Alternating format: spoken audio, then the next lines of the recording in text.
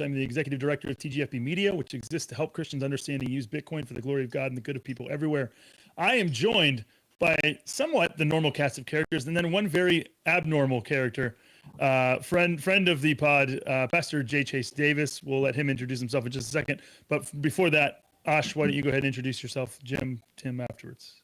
Sure. Osho Hawthorne, live in Portland, Oregon. I'm the founder and director of a Kingdom startup lab and incubator called Brilliance Labs. I'm also the proud dad of 8 kiddos, oldest going off to college this year, and the youngest just 4 months old. I'm Jim McAndrew. I'm tech support for a little organization called Magnolia. I'm Tim Fox.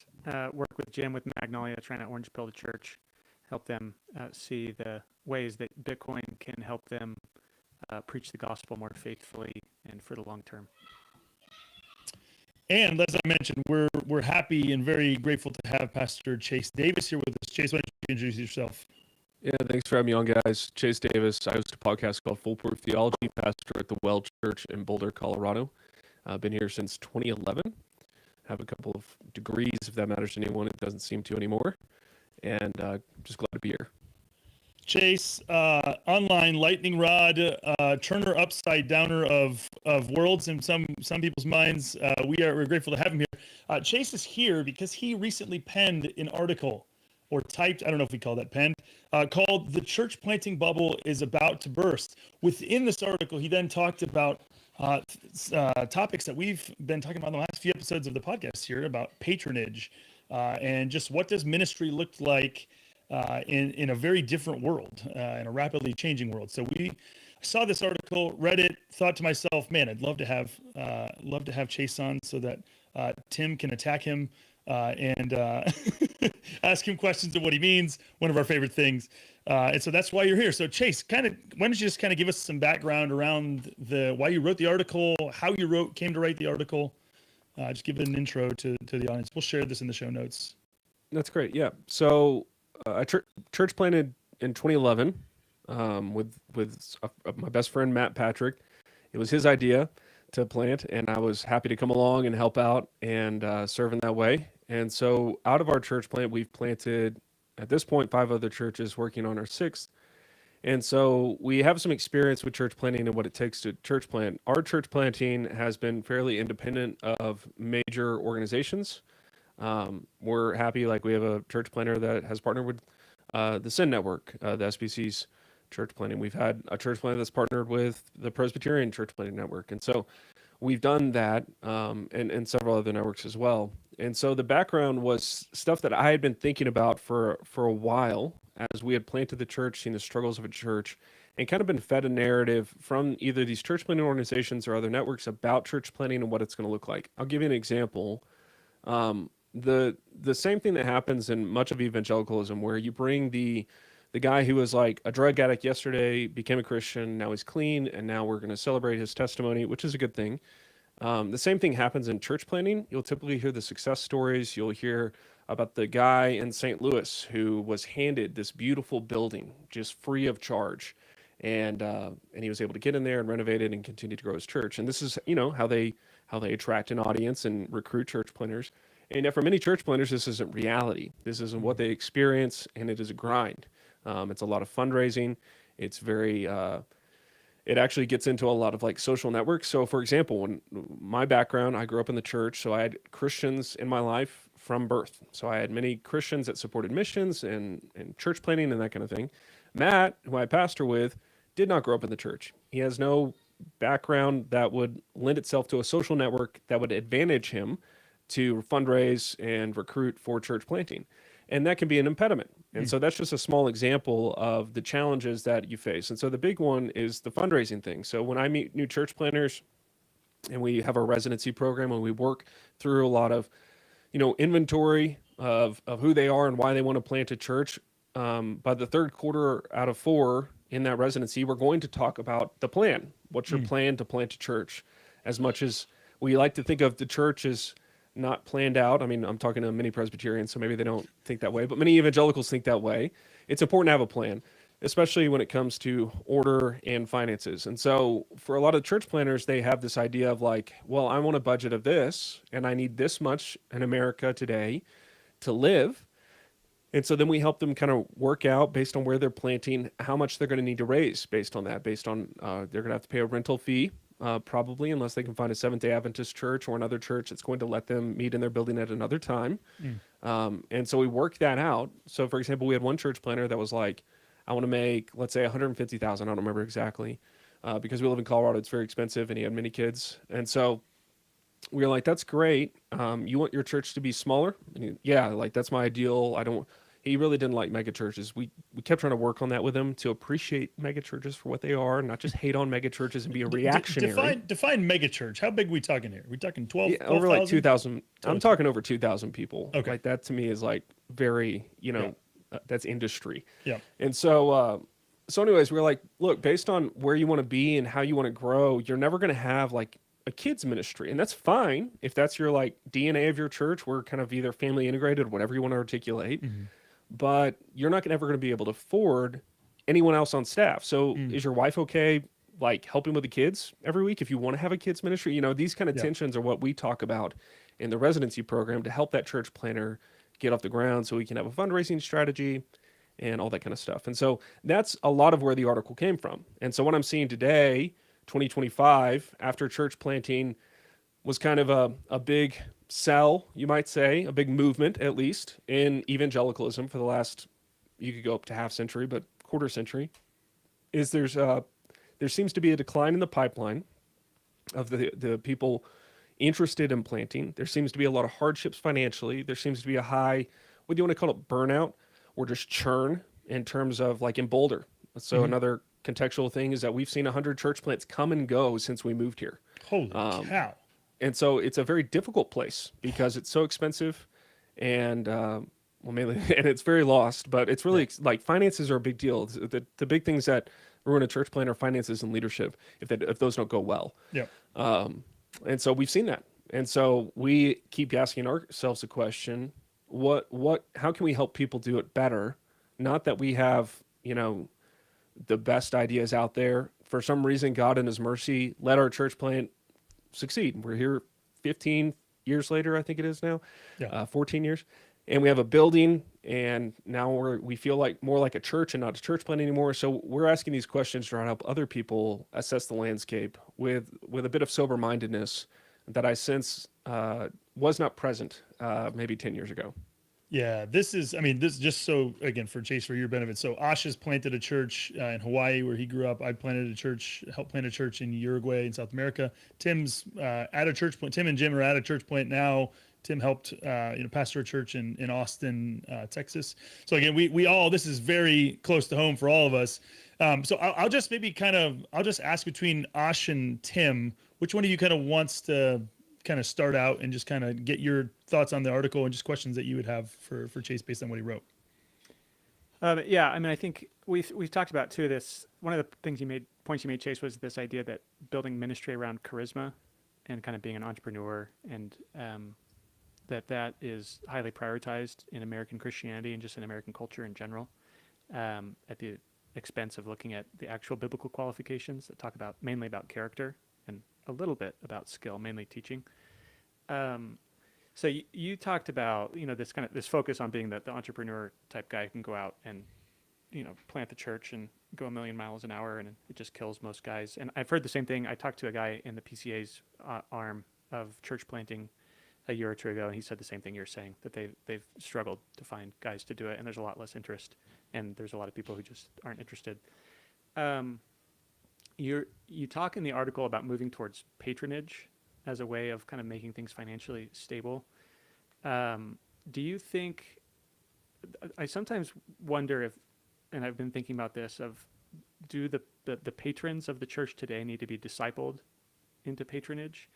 Because I'm afraid that if we just equate patrons with the rich people in the church, sure, the rich people in American churches will tend to be self-made, very successful business people, right, with a lot of ideas about what you have to do to be successful. And I wonder if they will say, you handed in the keys to the church and you said, you're going to fund the church and the pastor. if with that there's a real danger that they would expect the pastor to be an entrepreneur who kind of runs things like a business, like they have. I wonder if being a patron in the theological sense or the church historical sense means a pretty different understanding of your wealth and of how to spend it. You know what I mean? Is there a danger there that we just say, oh, hand it to the rich people, and not Sure. quite think of it in terms of you're a patron, not a successful businessman with money?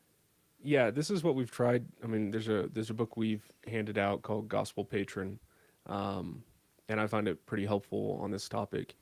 The way I thought of it and the way I tried to articulate in the article was thinking like if I were to send a church planter, instead of thinking for a lot of church planters, they discern their calling or discern their context, either by instinct, by opportunity, by sensing the Lord. A lot of, we've heard a lot of that here in Boulder. They'll get up on a mountain and feel very inspired, and they tell us they hear from the Lord that they need to plant a church here, and we try to help them discern that calling.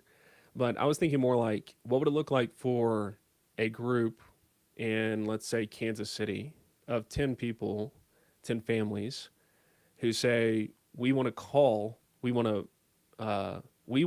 start a church, and we're going to call a pastor. We're not expecting any one of us to be the pastor. We're instead going to pray and initiate a church plant on our own, and then call a pastor in. And so it's immediately funded, so to speak, by patrons who are invested, rather than what typically happens in a lot of evangelicalism, whether you want to talk about ARC, church planting, Acts 29, whatever it may be with parachute plants, is you're taking outside money.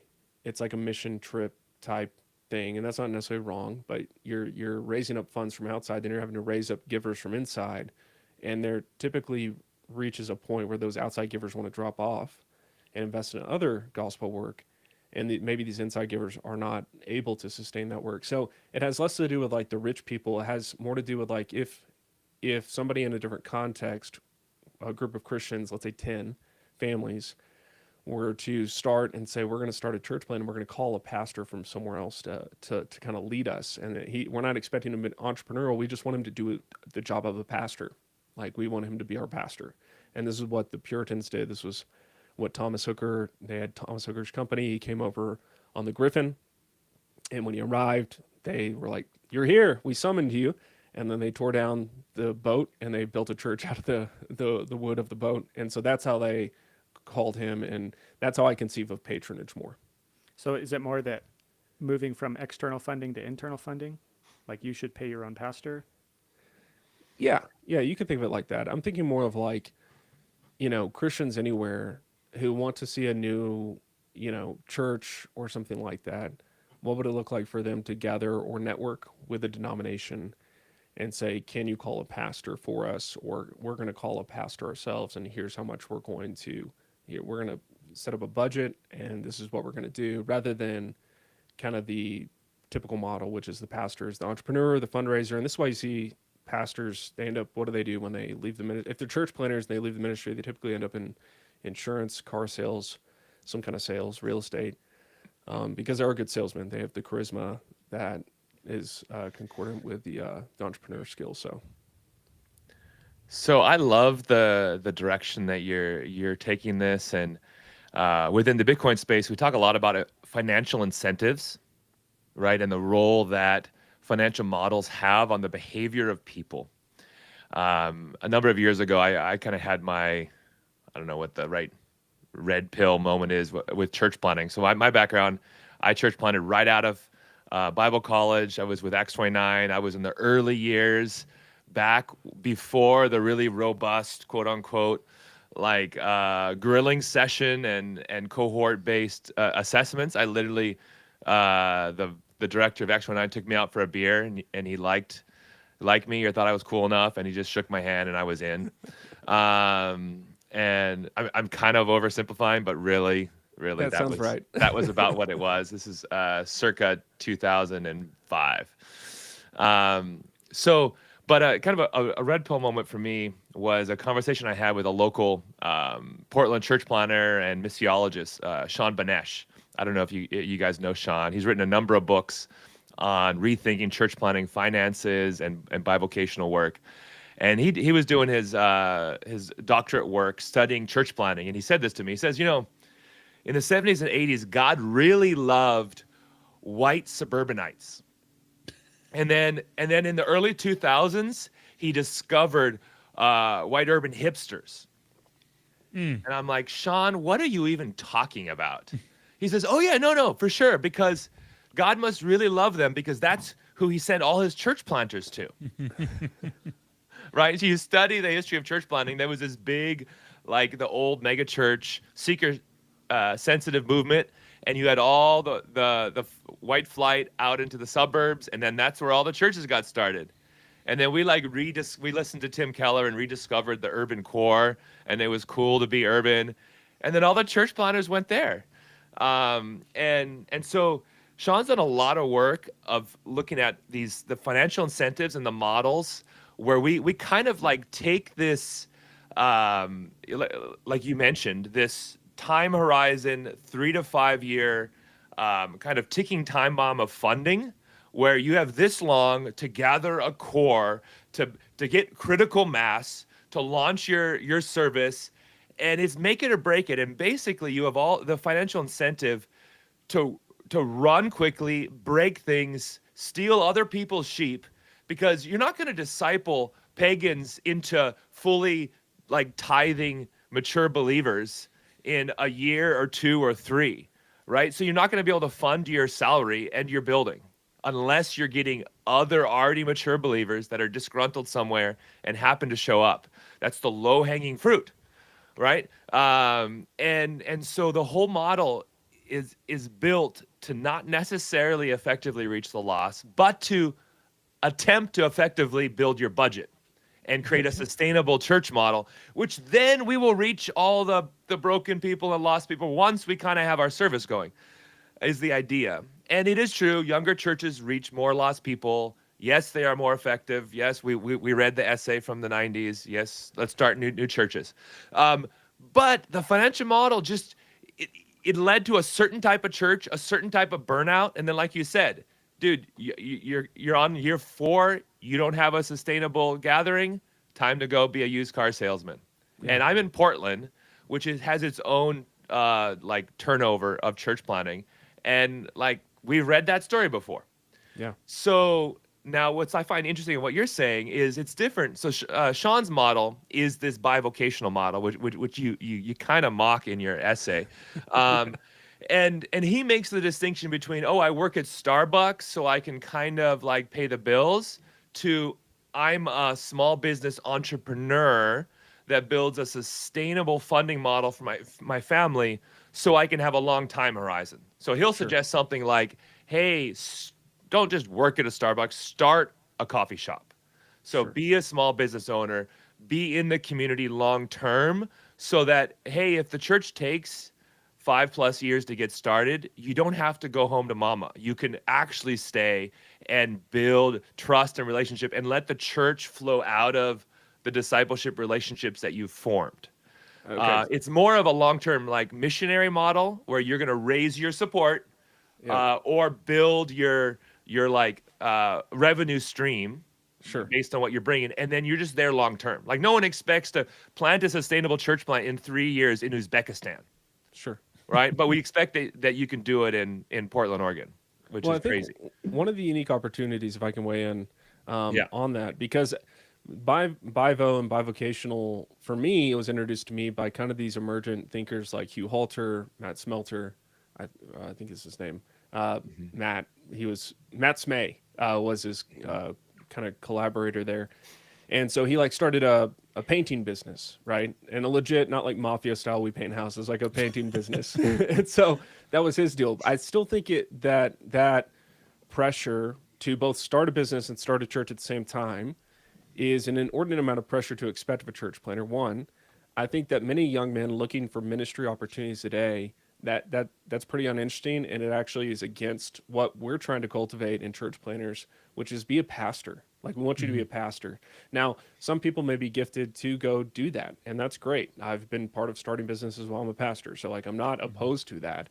I think there's 2 hangups I typically have with bivocational, because I agree it can work. I think the best opportunity, especially today, is you have remote work opportunities with Christian companies where you can go plant the church, work remote, and you don't have to worry about starting a business on the side while you're trying to minister and pastor people at the same time. So you can have that freedom to where you can kind of clock out of something and have reliable pay there. That would be an option that would be appealing, I think, to many church planners. The second thing is with the concept of vocation itself. So, and this gets into kind of evangelicalism in America with calling, with what is the ideal that we're trying to shoot for. Now, Paul had his own model of ministry, tent maker. I mean, that was my kind of background. I got my undergrad in construction management. I was a project manager or project engineer for a general contractor, thinking that I would be like kind of like Paul, and I was going to go over to Pakistan. That was my original kind of thinking. Didn't work out. Wasn't a big fan of the Middle East. It turns out neither was my wife, and so we planted in Boulder, which is a lot easier, believe it or not. Some people dispute that, but I still think it's true. And so for me, like, I totally get the sentiment of kind of like starting a business and a church and all that to be invested in the community. At the same time, I think at the end of the day, in America, we need strong pastors who do the ministry well, who care for their people well, and that split kind of vocation model can lend itself. It can be good. I know of a pastor in Oklahoma is doing this to great success. He's a politician, runs a business, and a pastor, and they started the church that way. They said, we're all going to be bivocational, and we're going to share the pulpit. We're all going to be elders, and that's great. But there is a concern there for diminishing what we're trying to get to, which is established churches with faithful pastors who are paid for what they do in ministry. Well, and I think Paul seems to assume and expect that churches should pay their pastors. And when he does do the tent making thing, I don't get the sense that he's so much doing it because, well, too bad they can't pay me. But with the Corinthians, at least, it's because he's refusing to take their money. They actually want to be his patrons. They want to pay him. But he's worried about what that will mean for them, because they will then expect to be able to boss him around and tell him do what he wants. And he says, no, actually, I'm happy to take money from the poor Macedonians, but I refuse to take your money because I know where your hearts are at. But he is happy to say, you guys must pay your pastors. This is their right, and you have to give it to them. So yeah, I mean, I don't know. I have mixed feelings about the bivocational thing. I think sometimes it's like, yeah, okay, it can be good for engagement in the community. Maybe that's part of why Paul was doing it.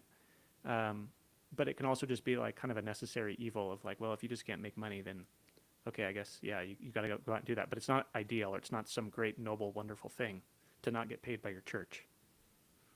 Yeah, that's kind of where I come down. Is just like, I don't see anywhere where it's glamorized in this bivocational. It's like, this is the ideal. It's like, hey, no, planting churches is really important. And so we're willing to pay whatever costs in order to do that. But to try to glamorize it, I still just don't see it anywhere. And I think, again, to your point, Chase, like, it comes with big trade-offs in terms of just the amount of time, or at least it can come with big trade-offs in terms of focus, the amount of time that the pastor has to be able to focus on, again, just the spiritual needs of his church. Again, there's definitely jobs and situations where you can make significantly more money to where you can still give the focus where it's due. Yeah, I don't know. What are some of what other kind of responses have you gotten from people in response to the piece? Has anybody, reached out to scream at you? No, no one has. No, actually, believe it or not, no. It's just it is a shot across the bow, but it's more like these are things I've been thinking about for a while, and I'm fairly reasonable, hopefully. That look, I know that bivocational. I kind of using Ashwa. That's how you say it, right? Yeah. Okay. Using that analogy that, oh, look, God is moving in the white suburbs. Oh, look, God is moving in the cities. Oh, look, God is moving in bivocational ministry. It seemed like a big marketing thing from the Verge Network and all these guys that were super quote unquote missional, who just so happen to have very liberal theology as well. And that made me immediately suspicious. I was like, I'm happy to hear you out and your arguments for the legitimacy of bivocational ministry. But when you make that kind of the new standard and say, this is how it always is going to work, or this is, and they typically sell it that way, it gives me a great deal of suspicion, because I'm like, it is an option. I'm going to say, I've done it. Like, I'm not opposed to it. It's just more like you're pitching young men on a vision for life that either they may not be able to attain to, they're not called to, that may be unsustainable. And I want to make sure those young men are brought up and discipled and matured. The other thing Ashwa mentioned was 3 to 5 years raising up elders. we were told as church planters, we were also part of Acts 29. Some of our listeners might know that story, but like a big emphasis was raising up elders. And so we, being young men who were like just trying to be good pastors in that network, we were like, well, they say we need to plant churches and raise up leaders. You got to have your leadership pipeline. So I had my Excel spreadsheet, and we're going to have these quarterly seminars, and we're going to bring in speakers, and we did the leadership pipeline, and we're raising up elders, and we put men in place who ended up like one's not attending church anymore, not just our church, like not any church, and another moved away. And it was rushed, and we used a lot of the Mark Driscoll like high performance kind of like standards in that early elder process. That was very it created a lot, and we could get totally sidetracked on this on how we raise up elders, but it created a lot of unnecessary problems for us because those demands. We got financially sustainable after 3 years by God's grace, and I was only 24 when we planted, so it wasn't because I was like, a very successful person and knew what I was doing. I had never worked in ministry before I planted the church, and so by God's mercy and grace, we were able to do that. And there were some people that came from a closed church plant that closed, and there were a lot of people who were homeless Christians, so to speak. And of course, those people get attracted to a church plant for particular reasons. Yeah. But all that's kind of mixed up in what Oshawa was saying. Yeah, I think this is one of the things where again, this is like a very hot take, but there's part of me that just like I look around at the Christian landscape, and there's a part of me that just looks around and goes, yeah, we need to have a lot more churches closed.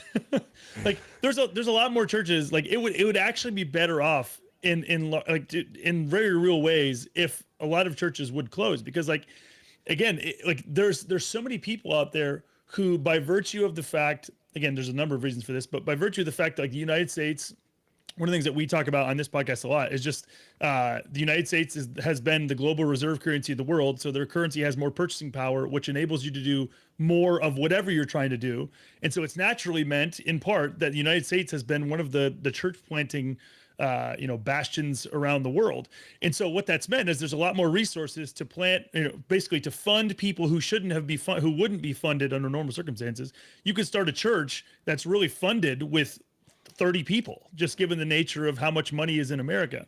And so one of the things that I've just been thinking about recently, I look at somebody like Elon, and Elon, he's talking about the need for us to populate the planet. We need more people.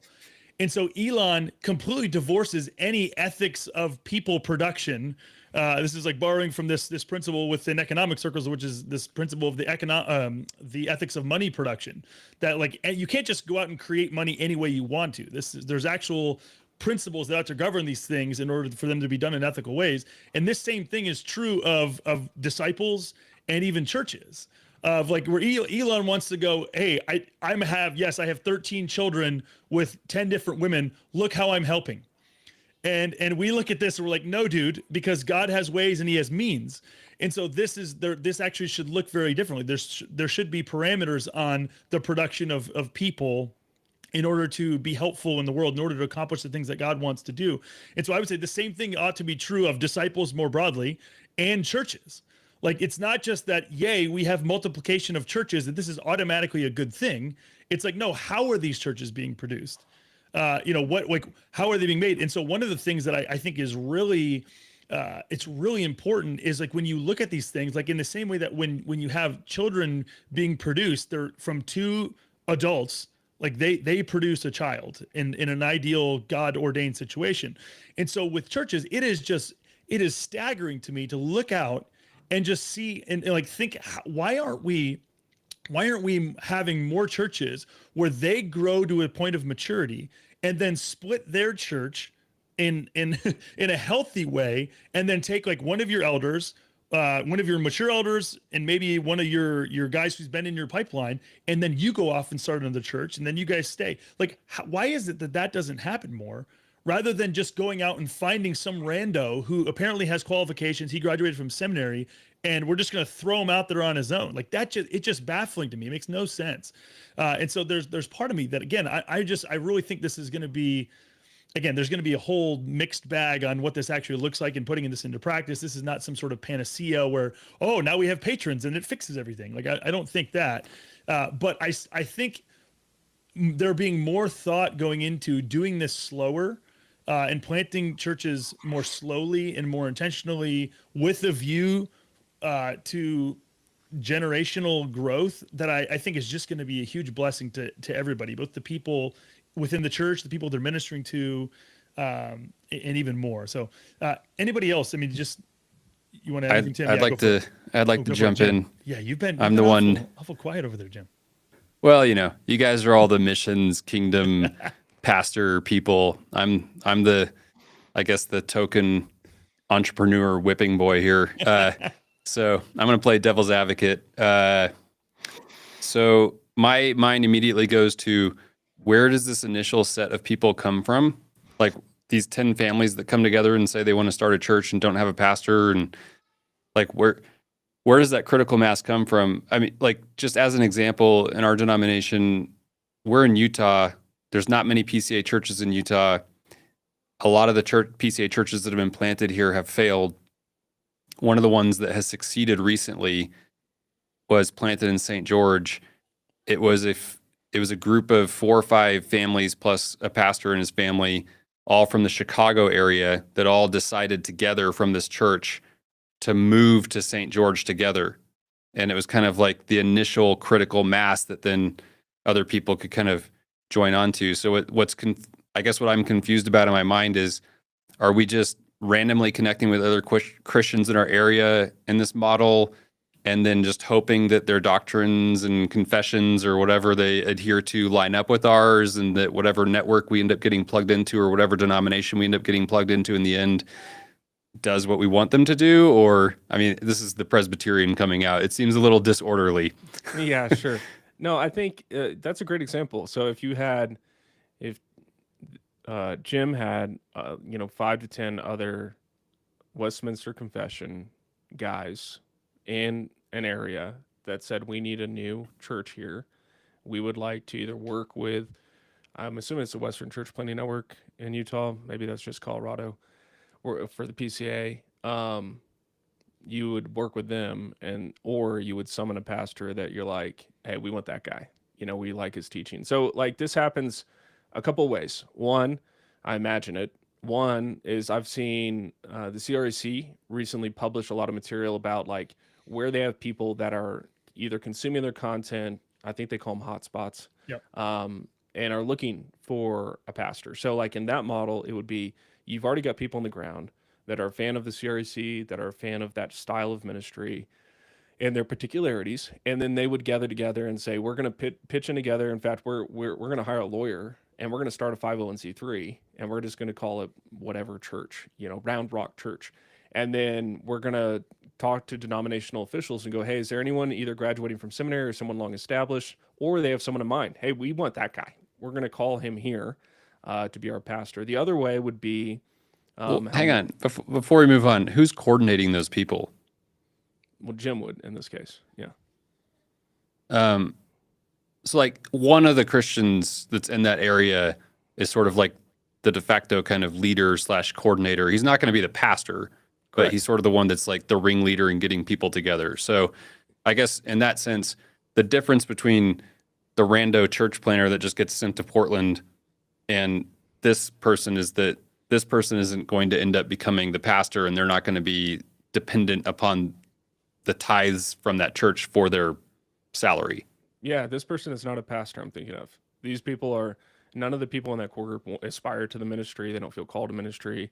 They're Christians who have a common understanding, whether it's Baptistic or Westminster Confession, and they link arms. And like you would do with any kind of, entrepreneurial task, you would divvy up the work and try to figure out how to get it done. So that's one way. The other way is, for mega churches, you have a lot of people in mega churches who go there for a variety of reasons. And in those mega churches, you'll get clusters of people who are very like-minded and who actually will start listening to other people. So for example, this is a negative example of mega churches, but like in our area, when the Great Shutdown happened, a lot of our church members started listening before we were able to get online spun up.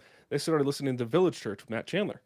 And Matt Chandler was like going in a direction that we were not going in terms of racial reconciliation, that kind of stuff. And so then they would start championing Chandler, and that was very concerning to us. But mega churches who do have that platform already have a wide reach, have the same ability of like the denomination like the CREC, where they have an audience somewhere, and those people could come together if they valued the local church enough, and they could say, we're not interested in just doing online church with Pastor Matt or whoever it is, Pastor Mega Church, McChurch pastor across the nation.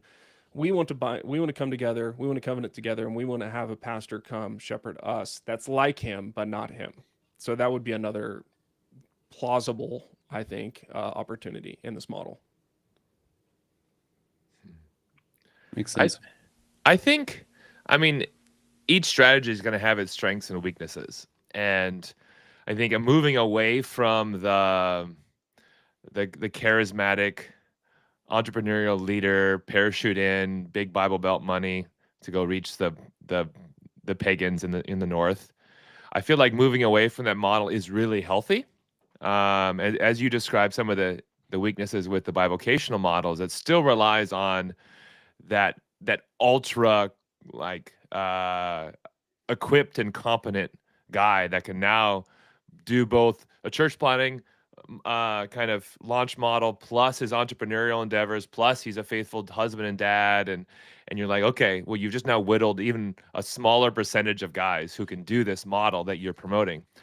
And I think what you're sharing in a lot of ways does, like, as an older model, right? It goes all the way back to this a view of a parish in a specific location, and that a specific group of a community of people are the ones that are saying, hey, we want a church, so we're gonna start it ourselves, and we're gonna find and outsource this minister. So I think there's a lot of health there, a lot of sustainable strength. One challenge or maybe one weakness that you'd have to supplement somehow, and maybe you do it by calling an evangelist also, but is the weakness where you're assuming a strong community of believers already that have cohesive doctrine and enough of a cohesive vision to say, let's go do this thing of calling this pastor. Now, so or even if it's not all of them, there has to be one person that's kind of the coordinator that has the riz. Yeah, and then sometimes where I've seen this lead into is like my style church. So the church around me doesn't do my style of church. Maybe I see this in like the age integrated type of expressions, which I relate to, I appreciate. At the same time, I've seen it go way too far within the Christian homeschool movement, where it's like, okay, well, no one does it right. We have the one right way to do it, and so then we're gonna create church around how we want to do church, like, and the rest of the world be damned. Now that's like not really what they're saying, but really I'm like the opposite pendulum swing of we're so missional that you can't even tell we're Christian. When you walk in the door, it's just like I'm at the rave, right? Or I'm at the indie concert. So, but the opposite pendulum swing is we actually haven't asked any questions about how unreached is our community, what are their needs, it's all like opposite of community research. It's just, what do we want? Okay, now I finally have a church and a pastor that I like. So how do you foresee counteracting some of that inward tendencies that happen with churches over time? But you could even start a church that's just like, well, and we check all our boxes, and we've just painted ourselves into this little unique corner that only us and my 12 friends like our church. That's great. Yeah, that's a great point, because I've seen house churches. I don't know if it's fair to say they're more unhealthy than healthy typically, but what I've noticed is like, from what I've seen, they have been, especially when they're like incredibly egalitarian to a point where like we don't have a leader, and it's very like they have no interest in growing, they have no interest in reaching other people or ministering to other people. It's very insular. One meta question that you're raising, I think, and that you touch on, is the purpose of church planting itself. What I was sold was the kind of evangelism model of we start churches. I think the Wagner study is the most cited resource about this, where the most effective way to reach new people for Christ is to plant a church. And when I got into church planting, I was kind of swept up in the young, restless, reformed, the excitement, the opportunity. And it wasn't so much like status. Like I knew moving to Boulder and being a pastor wouldn't give me status with the local population. People here don't respect pastors that much. And so it wasn't about that. It was more like I wanted to serve the Lord. But with the entire church planting model we have today and the understanding of why churches exist, I think a lot of church planters haven't wrestled with that, and a lot of networks and denominations haven't wrestled with that because they've assumed already that evangelism is the chief end of man. It's the chief goal. It's like the purpose of a church plant. And you're right. There should be an interest in that core group or that church plant to minister to the community. What are the needs here? What are the questions they're asking? This is actually the good stuff that Tim Keller talked about. It can't go too far in my estimation because I ended up, subscribing to New York Times and reading that after church every Sunday. And that was just way too much for me. But we're about to get Chase canceled. He just said positive things about Tim Keller. His whole brand is going to go out the door, man. I'm so sorry. No, I'm going to make a lot of people mad because I'm going to we'll edit it out, Chase. He's going to be repackaged and repurposed for different reasons than he would appreciate in my mind. And so I do think there's bigger questions that we need to ask when we think about churches and church planting. Is we've all been sold a bill of goods that the whole purpose is to reach lost people, and like Oshua mentioned earlier, you're not going to reach a sustainable point as a church plant, both financially, discipleship, if you're just, evangelizing people. There are great evangelists out there who reach people. But often a lot of those models are very we'll use the word enculturated, right? They're very like with Acts 29, it was like, we asked the question early on, 3 years into Acts 29, we're like, why do we all look the same? Like, why is there not, I thought that you were using the word diversity on stage, but everyone's wearing the same Nike shoes, and everyone likes craft coffee and soccer. Why is that? Because we don't seem to be very different. Where are the people that live in rural areas that wear camo and voted differently than some of the people in action? Where are we planting churches there? And so that was always a question for me. And so I think a lot of the evangelism stuff is actually just it's motivated by different things. And I think it's actually more like I want to go where the vibes are, where it's cool, where it's a great place to live. And it turns out for a lot of those church planners that move to the urban corridor, they contact me and they're like, I've made a huge mistake. And they leave because it's really hard there and really difficult. And it wasn't this cool hot coffee shop hipster experience. It was gunshots and that kind of thing. And so, there's a lot of questions I still have. They're open-ended to me as far as the history of church planting and the way we've understood it today in terms of its purpose. And I say that as someone who's planted a church, still plants churches, believes in church planting, but I want it to be appropriate. I don't want it to be, like we've said, like a panacea where it's the solution to the evangelism problem or the lost problem is church planting. I'm like, yeah, but why? Why should a new church be started anywhere? And what is the motivation behind that? For me, what I've tried to encourage church planters to do is your ministry is to churches. And this is the last thing because I'm kind of rambling here. Your ministry is to Christians who come to worship. Out of that should flow evangelism opportunities, discipleship, loving neighbors, that kind of thing. But it's about the worship of the living God. Instead, what I heard from the platform and a church planting network I was part of was how much pastors hated pastoring Christians and how much they actually would put on pastors and bind them to say, if you are not spending 20% of your time out there with the lost, you are failing as a church planter. And I just sat there and I was kind of like, that's a weird thing to say. That's just a weird, you planted a church to become a pastor. You didn't, to pastor Christians. Of course your time is going to be sucked up by Christians. Yep. And so if you want to go be evangelist, I guess go street preach, but none of them have the balls to do that because that's fundamentalist. And so I just get really baffled by the obsession with church planting as only evangelism. So that was a long answer. It's a lot of what Oshua didn't say, but we have a common kind of background. So I just wanted to riff on that. Go for it, Tim. Chase, going off of your thing about ministry being about worship and gathering God's people to worship, I've been thinking a lot lately about the sacrificial system in the Old Testament and how you bring these animals, you bring your offerings, you bring your gifts, you be generous to God. And for the most part, you're just setting them on fire. And that's it. They're gone.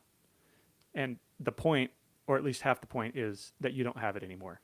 And you gave it to God. And God's going to do something with that. And God's going to teach you. And it's like, okay, yeah, some of it goes to feed the priests, some of it you get to enjoy and eat yourself, all these things. But that seems to me to be very different than most of the way that we think about giving money today in the church. Eugene Peterson talks a lot in his books about how most church life is really kind of a form of consumerism. The pastor is there to serve the customer and to keep them happy and to keep them around. And I wonder, if the emphasis, let's say, okay, we're not going to do as much external funding, we're going to go for internal funding. Okay, great. That might help with some things, but I still wonder, is there a huge need for discipleship in terms of what is the point of giving money in a church?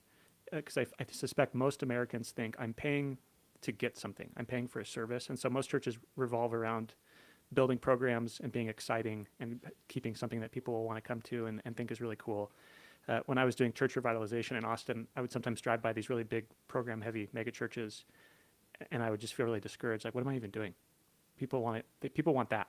Yeah. They don't really want to come and worship God. And it feels kind of crazy to tell them, yeah, kind of half the point of you giving your money is for God to teach you something by taking it away from you. And it's not like you pay it and then you get to get something back out of it, or you see lots of exciting, spectacular results.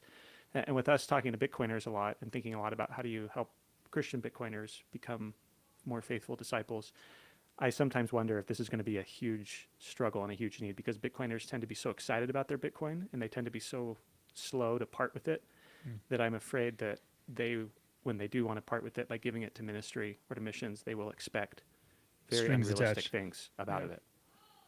Yeah. How would you help people in terms of this patronage idea and being generous to your own church and your own pastor? How do you move away from this consumerism model where you're going to get all kinds of services and programs out of this?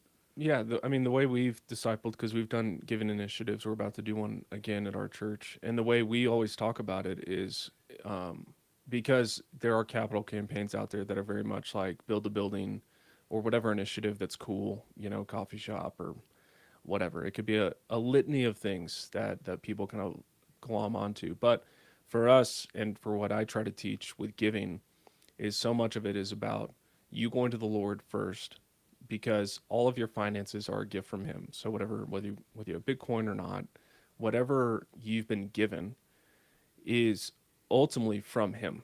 It belongs to him. And so the question in our giving isn't, well, I give my 10% to this local church and I expect results, or, it should be a good investment, it should be a wise steward. It's actually like the number 10% can be a useful metric, but it kind of misses the point.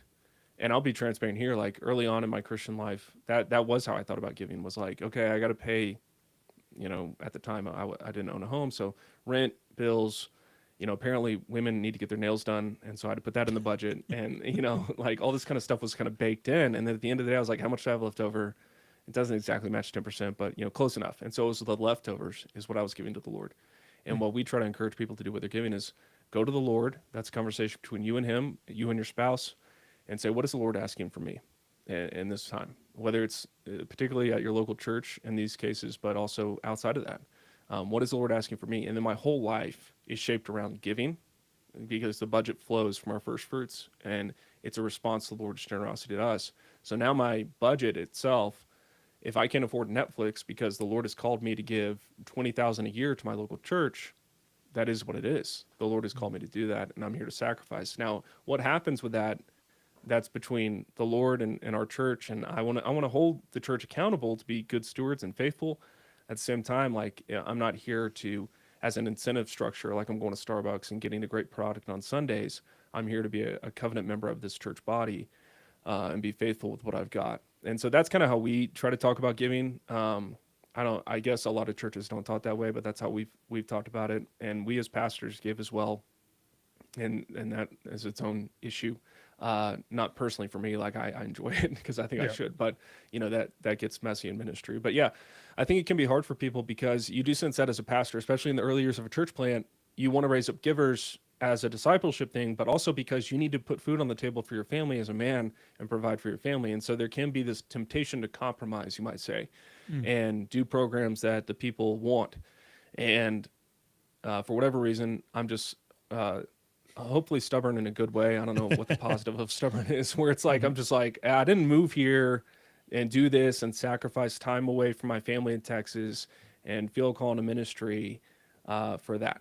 And if that means I need to go, then I need to go. But I'm not playing that kind of game. Like, I'm not interested in that. That's not spiritual maturity to me. That's not what a church is. And if we encounter those kind of people, we try to challenge them. We've had people approach us, hey, we want to give you this money for these purposes, and there's going to be interest. And we're like, yeah, that's not what this is. This is not how the church works. So I totally get that concern, but that's kind of how we've talked about it at our church. There's a can I ask a dumb question? Yeah, Yes. dumb question. So in the Old Testament, the other 11 tribes of Israel had to pay a tithe to support the Levites, right? So that was actual money. And then there was also the sacrifices that also had to come out of their own money. So there was like a pretty clear distinction. But nowadays we don't have sacrifices. We just have giving money. So are we supposed to just lump all those into one big category and assume that part of our money is going to get set on fire? Or I'm trying to understand what point Tim and Chase just made. A lot of the animal sacrifices would have gone to feed the priest. That was where their food came from. Yeah. I think it's but the pretty hard fat to was figure the out Lord's. exactly They were how all much- carnivores, right? Amen. Can I get an amen? Amen. Yeah, And the priest got actually the brisket, from what I understand. That was like the choice cut. So Hell yeah. they had some land too around all the cities and stuff. And it's like, yeah, obviously it probably would not be a good idea for a church to say, bring your money up here, we're going to set it on fire. But that actually may be helpful for a lot of people. I mean, it may be a good discipleship thing of like, hey, it's gone. We sent it to the Lord. You're going to do better. Like we're gonna burn your sats, like send it to this address and nobody knows what the words are. Yeah, maybe. I mean, it'd probably be good for a lot of Bitcoiners of like, you're going to choose to give this up and to no apparent purpose, except that like this is for God and God's going to teach you to trust him. But yeah, and I'm not advocating that churches should be purposefully wasteful or they should spend the money on stupid things or anything. But yeah, I don't know. I mean, Chase, you talked about how with this different model of church planting, there needs to be pastors who are content with small beginnings. And I sometimes wonder, how do you teach congregations to be content with small pastors in terms of things that are not very impressive and spectacular? You know, one of the blessings of being in America is that there's a lot of churches, but one of the curses that comes with that is people can very easily just bail. They're like, well, that church has a better youth group. I'm out of here. And so, like you're saying, Chase, there is this real pressure to like, how do I keep everybody happy and keep them around? And I know.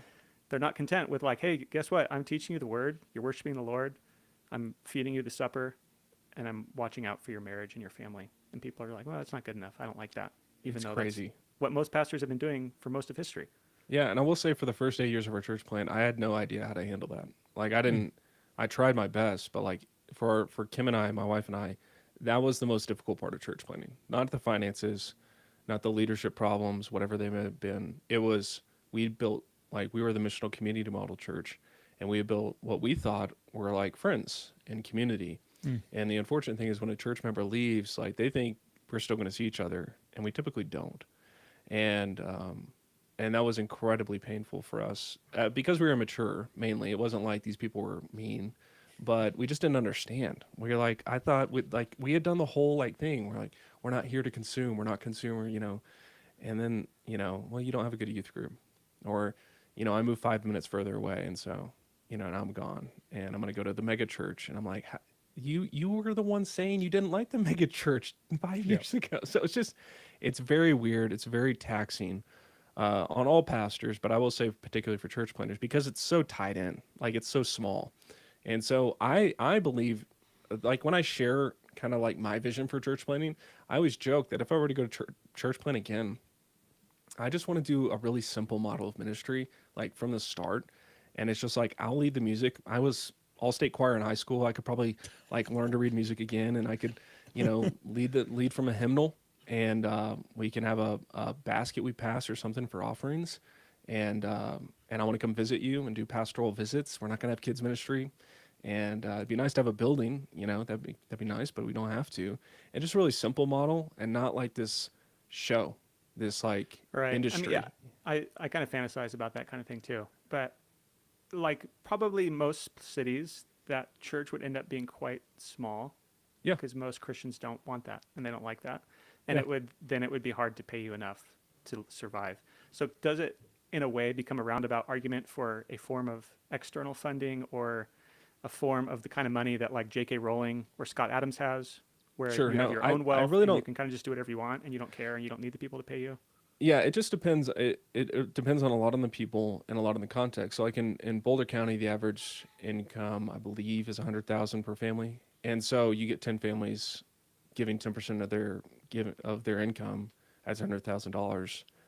Like you got a pastor. I mean, that's to me how simple, maybe I'm simple-minded Right. in that way, but that's like, yeah. I mean, it's like if you and had yeah, a- it may not grow. Like you're right. Like maybe they don't, but they're going to have kids and like, they're going to grow Right. and, like it's not a machine that you're trying to build like a business. It's right, something yeah, different. but the flip side of it is that at least half the people in your church aren't going to give any money at all. And then Sure. half of the ones that are left are only going to give you a tiny bit. And you only Sure. have a few families that really give significantly. And so you actually Right. need way more than 10 families to get Yeah. $100,000 out of them. Yeah, that could be true. I mean, I hear that and like I get it. I get that it's reality, but like reality is a sliding scale thing, right? And so like I just think like this is where like as a pastor, like I think a lot of what you're talking about, we talk about this a lot of like we're in this ontological crisis of like nobody knows what anything is. We don't know what men are, we don't know what women are, we don't know what churches are, we don't know what pastors are, we don't know what church members are. And so like some of this is We know what they are in the PCA. all right. Sure. Cool. Cool. Yeah. I would say so much. Anyhow, but so like this is the thing. What are things? And so I think a lot of this.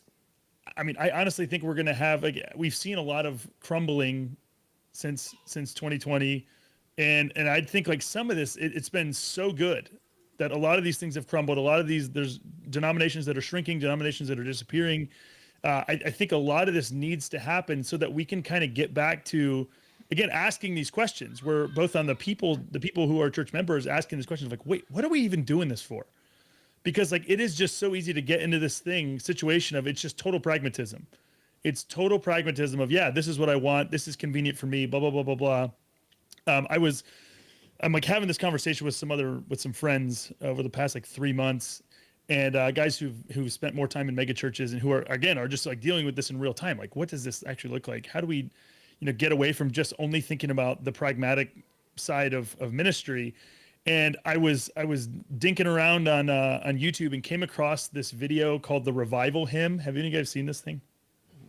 Oh man, it's so good. It's basically like a 28-minute video it's like compilation of some of the best sermons that have ever been preached in English. There's like guys, Leonard Ravenhill and like Paris Reedhead, this famous sermon called 10 Shekels in a Shirt. Have you guys heard of this? It's a fantastic thing. It's like 25 minutes long. There's like things they talk about, different revivals that have happened, and so some of it's got like Last of the Mohicans music in it. It's super epic in a lot of ways. But one of the Sounds things so pietistic, Jordan. It is. Come on, these are a bunch of like Reformed Presbyterians on this call. Well, hey, they don't do all those like goosebump. That's Holy right. Spirit But stuff. again, that's fine. So one of the things that they talk about in this video though is he talks about I think it's Paris Reedhead. He went to Africa to be a missionary, and he's like, I had seen pictures of ulcers. I'd seen pictures of people suffering. And he's like, and I went there. He's like, I wouldn't have put it this way. He's like, but I really went to Africa to minister, to relieve the suffering of my fellow man. I didn't think it was fair that these people would suffer and not have the chance to hear the gospel and go to heaven when they died. He's like, so I got there and realized that these people had a far greater knowledge of God than I ever could have imagined. And once I got there and went there to preach the gospel, these people, they didn't want to come to our meetings. They didn't want to come to these things. And he just talks about in this sermon, he says, this one day I had it out with the Lord in prayer. And he's like, and I said to the Lord, it's a fine thing you've done bringing me out here to preach the gospel to these people who have no desire to, I get out here, find these people who have no desire to hear the gospel. And he just basically, he says something epic, like, and in that moment, I heard a voice that wasn't an audible voice, but it was like the voice of the ages speaking into my heart or something. And he's like, and God basically said to me in that moment, I didn't send you to Africa for their sake. I sent you to Africa for my sake. I loved them and I endured the agonies of hell for them. Like, do I not deserve the suffering, like the reward of my suffering, basically? Do I not deserve those for whom I died? And so he has like this whole epic thing where he's like, and that righted it all and it changed it all. And now all of a sudden I wasn't Micah working for 10 shekels in a shirt. I was serving the living God. And so like, obviously that's super intense and all these things, but like, I really do think that's a big part of like what we really need is like, you have so many pastors and so many people whose vision of ministry is super pragmatic, and they just really need to like re-encounter this, like before there's any person there, there's God, like God is there. You're ministering to him. And that's like a humongous thing. And so obviously there are others of us who we're already on that degree. Like we're there for the Lord, and who we're struggling because we don't have the resources or we don't have these things. And so again, the Lord's going to work in and through all of these things. But I just think there's so many people, and there's a hunger for it. There's people who are sensing that there's something missing. They're sensing that, you know, we've lost something. They're sensing like an absence. And I think just a real part of it is like, yeah, you've basically done lots of great ministry. You've proven what you can do without God.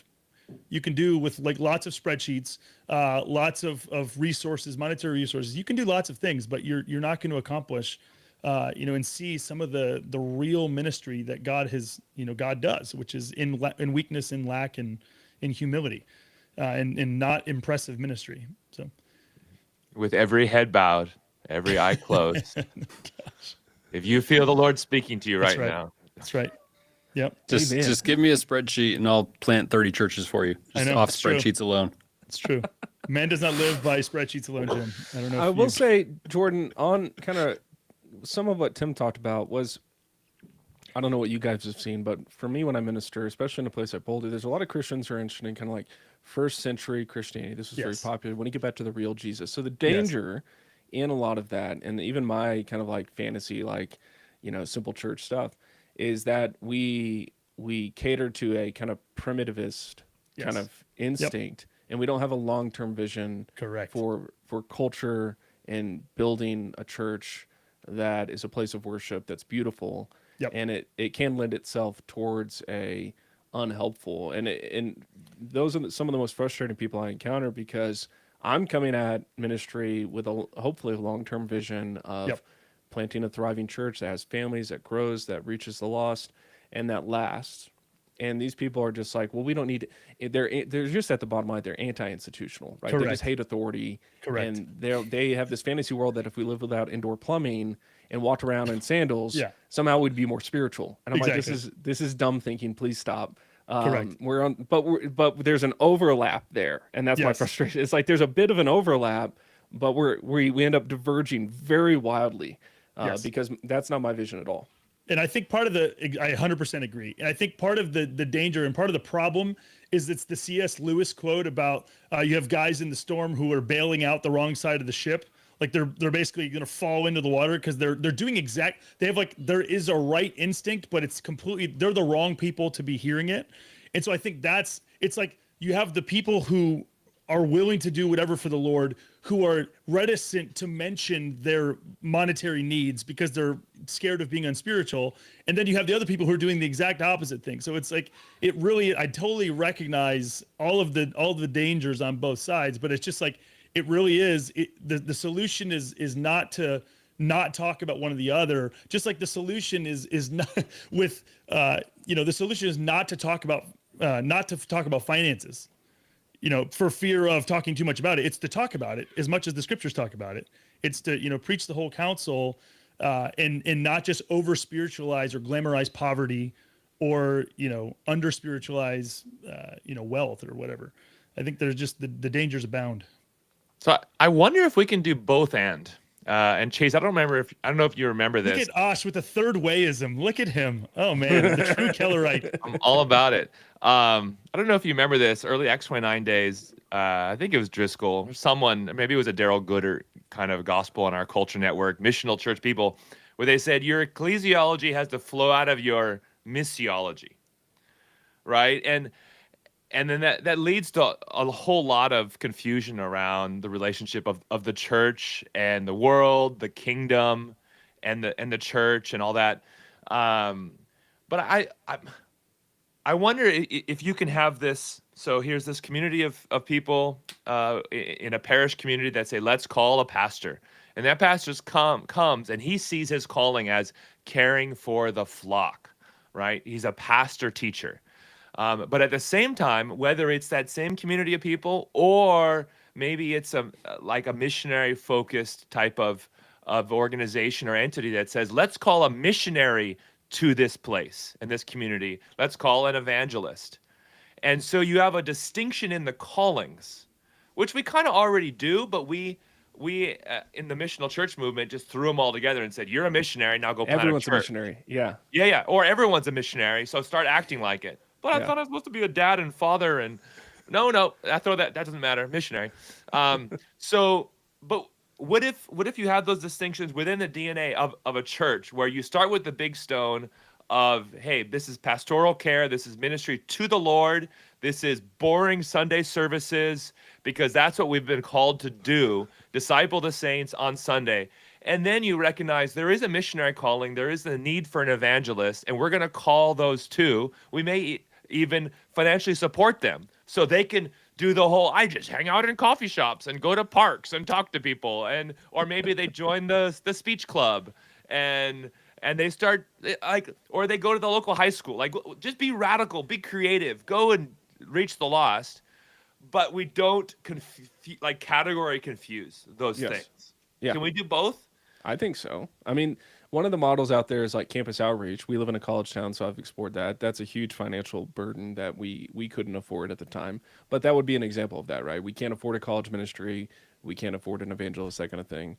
But yeah, even like partnering with ministries, this can be difficult. But those people have to be bought in. We've experienced the same thing with parachurch campus ministries, where it's difficult for them to submit to local church leadership. And so yeah, I totally think it's doable. The conception of evangelism, like you joked about a coffee shop, that is, I'm afraid for many people, like that's their conception. And, I want to encourage a bit more of a public, like even just go knock on doors, just like go meet people in a different way, try something different, because I don't know, like in Boulder, when I see someone with a Bible out, I'm like, I immediately do a beeline to them because like, a Christian, amazing. I want to get to, where do you go to church? And hopefully they say a good one, but yeah, the conception of what evangelism is and having an arm of the church that does that, or at least a part of that DNA, I think that's totally legitimate. But I think it's been utterly unhelpful for me personally and for people I minister to when I put that burden on them, where it's like, hey, everyone's a missionary, everyone is this, and this is a total flattening of any kind of hierarchy, any kind of responsibilities and duties before the Lord that confuses so many categories. Are we on the right track, Reverend Fox? I approve this message. All right, we've been going for about an hour and 7 minutes. Again, anybody else have any more questions? Any things they want to drag Chase over the coals over? All right, we solved the problem. Let's go. We've solved church planting. This is great news. I'm sure everyone will be thrilled. Now launching the Bitcoin Church Planting Network. Let's go. There we are. So I guess, Chase, as you're looking at this, what are some of the things, I mean, that you have, I guess maybe some of the more of the pitfalls. I mean, you guys have planted a bunch of churches. You guys, have seen probably a lot in the last 10 years. And again, feel free, any of you other guys, to chime in. What are some of the things that maybe as if there's church members who are watching this, or people who are Christians, maybe who aren't involved in churches, what are some of the traps that you've seen people fall into that seem logical in the moment, but that just are just like cultural traps, or just individual, just normal sin traps that you just have seen people? I mean, we talked about radical individualism, where it's just like, me and my family, we do church at home. Like, what are some of the other things maybe that you've seen, I guess maybe in the last few years, that you feel like could be helpful to help people think about in their own hearts, and then maybe identify in other people who they might be ministering alongside? I mean, for me, the biggest one that I've seen, and I haven't seen this in the churches necessarily that we've planted, but with the church planting as evangelism, and if I were speaking to other church planters, and if I got in a room, this would be the thing I would want to talk about, is what is the church and why do we plant churches? because when we think of it solely in terms of evangelism and reaching the lost, this is why I even pick on evangelism and the methods we use, because many times that's where the compromise comes theologically and all sorts of other issues. And so if we're there to plant a church, we're there to plant a church to shepherd Christians, to feed the flock, and yes, reach the lost. That will come, and we can put an emphasis on evangelism. Americans love evangelism, so you're going to have to, talking about the consumer model, this is like a big problem in American evangelicalism, is how much of the ministry is outward facing. And I think it boils down to that church planter is entrepreneurial, who's got the riz, who's got the charisma. They're very used to being well liked. And that attracts a certain person who's used to being like kind of not the center of attention, not that they want to be the center of attention, but like having a good reputation, not necessarily as the Bible says, but a good reputation, like our neighbors want to come over to our house. And I think that traps a lot of church planners into thinking that, one, if the lost actually don't like them, they're doing something wrong. Or two, we're going to pursue being approved by the lost. And, if the sheep are upset, that's fine. They're fuddies anyways. They don't really know all the cool gadgets, and I'm networked and I've been approved. And so this is what real church is. And so we're going to dismiss the needs of the flock and what they want, which is good Bible teaching on important topics. And we're going to cater to the needs of lost. So now the sermons and all of our ministry is geared towards people outside of our church. And that is that's not just for church planters, that's for pastors, but that particularly is a problem in church planting. I lived in Scotland for 4 years, and living there it really opened my eyes and challenged me to think about ministry in very secular contexts. And one of the things that really challenged me there was that it is so post-Christian that it doesn't matter how good your programs are or how spectacular it is. People just won't come to church because it's completely bizarre and weird, and you're like 3 generations deep of just nobody going to church, and they just never will darken the door of a church. But at the same time, and so the classic traditional Scottish church has 10 really old people who are faithful, and they come and they sit there, but they're dying. The churches are dying. And so there is this sense, and so I do want to defend evangelism a little bit. And maybe you're not trying to totally poo-poo evangelism. I'm not. But there was this sense in Scotland in terms of ministry that we do need to feed the flock because they won't get it anywhere else. And there are not very many churches at all that will actually teach them the Bible. But if we are going to survive, we do need to reach people. But it wasn't a program-driven, spectacular, let's try to attract them type of reach the lost. It was we need to kind of be in people's lives and inviting them over to our house and getting to know them, which is, really hard in Scotland because people are just culturally a little more standoffish and weirded out by Christians. But at the same time, it takes a really, really long time. I mean, like years and years and years and years with people. And so I don't know. You're not saying this, but I don't think we need to choose between nurture the flock with solid Bible teaching or reach the lost. And in some ways, one of the things I admired about my friends in Scotland and their ministry was that it was the unashamed, deep Bible teaching that did attract non-Christians, or things that they were. I mean, when they were ready to hear it, they really wanted to hear the real deal, and not just like the superficial, sugary version of it. So, yeah, I don't know. Evangelism doesn't just mean do crazy, spectacular programs, but it doesn't mean it's going to be easy or happen quickly. I wonder if we could close on Jim riffing a little bit about his vision for gospel patronage and what it has to do with Bitcoin. We've actually talked a fair bit about this, and it is a Bitcoin podcast after all. Yeah, I mean, I think that idea is a little bit different than Chase's idea of patronage, but I think it overlaps. At the end of the day, we're trying to orange pill the church. We're trying to Jesus pill Bitcoiners. We're trying to get the most possible Bitcoin into the hands of Christians. And so that's just step one, though. What happens whenever Bitcoin goes to the moon and there are a bunch of Christians that have a bunch of Bitcoin? What are they going to do with it? And I think this is what Tim was kind of getting to in his original question. It's how do you disciple people now before that happens so that they're ready for it? And in the worst case, so they don't end up swerving off and going the worldly way and rejecting the faith. but in the best case, actually turn around and use it for the kingdom. Presumably not just lighting it on fire like a burnt offering, but something will come back somehow, somewhere, right? Like we're not just lighting it all on fire. Like we're going to use some of it for the kingdom. So, Yeah, Yeah. I The think most important thing to come back is that you grow in dependence on God. okay.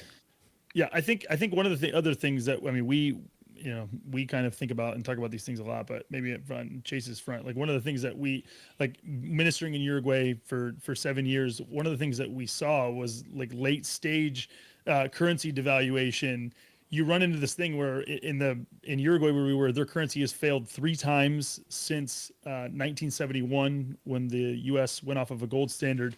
And so what you have is you have churches that were planted 40, 50 years ago who, had resources, they had people, they were growing. And then as the currency fails, imagine you're saving in that local currency and you're saving up to hire another pastor or saving up to build a building or whatever it is. If you're denominating your savings in that currency and then it gets devalued down to nothing, like you've effectively been saving in vain. And so this is a big part of like what we're looking at is like, this thing that we're experiencing where we look at kind of in the States, we're like, oh, this is just COVID related. And it's like, no, this has been going on for a lot longer. And it's going to get a lot worse because right now the only thing that the only lever that they have is just print more money. And so the effects that this is going to have and is having on church planting is it's going to get more and more difficult to fund churches because the margin that even normal people have right now is just going to get whittled down over time if you're denominating and saving and still living and thinking in a currency that Joe Biden, President Trump could just go out there and create more units of trillions more units of with the push of a button. And so that's a big part of what we're thinking is just like we look at the we're going to do a whole episode on this, but like we look at the history of the movements of the gospel for the last 2,000 years, and whoever has held the reserve currency has been able to, in wherever ministry has been happening, it's centered around this reserve currency, and whoever is ministering in areas that holds and lives within this reserve currency, they are able to do far more ministry than places where that's not happening. It doesn't mean that they don't also, people in these other places don't have the responsibility to preach the gospel. Of course they do. But you're able to do a lot more ministry in the places where you have a more stable currency. And so we basically look at Bitcoin and stewarding resources into Bitcoin as a way to kind of, acknowledge this historical reality, acknowledge this reality that God has made the world to operate a certain way. He's made, this principle of sowing and reaping, that actions have consequences to govern everything. And we can't just try to make the world operate the way that's convenient to us, where we can just, debt is just money we owe ourselves. And, where we can just act like little gods in the world. This is fundamentally a broken and deficient and unsustainable way to operate in the world. And so we're just basically trying to help churches and nonprofit organizations and just individuals acknowledge and help them see this historical reality, and then Bitcoin as one tool in the tool belt to help basically overcome and negate some of the consequences that this has had throughout time. So does anybody else have anything else they want to add before we hit the road here? All right. Chase, appreciate you, brother. Grateful for you. And again, to all of you who are watching, go follow Chase on Twitter. I refuse to call it by the third to last letter of the alphabet. Go follow him. Go support what he's doing. Again, Chase, tell everybody where they can find you beyond Twitter. Yeah, I just started a Substack. That's where the article came from. So you can go subscribe on Substack, jchasedavis.substack.com. You can find me at Foolproof Theology, where I have interview conversations, FULL Proof Theology. Yep. I've been on Chase's podcasts and would love to see some of these guys on over there. No pressure, Chase. But yeah, we'll see you guys on the next episode of To the Unknown Pod. We'll be back on Tuesday, I think, with the Island Boys. So look forward to that. Chase, grateful for you guys. We'll see you on the next episode.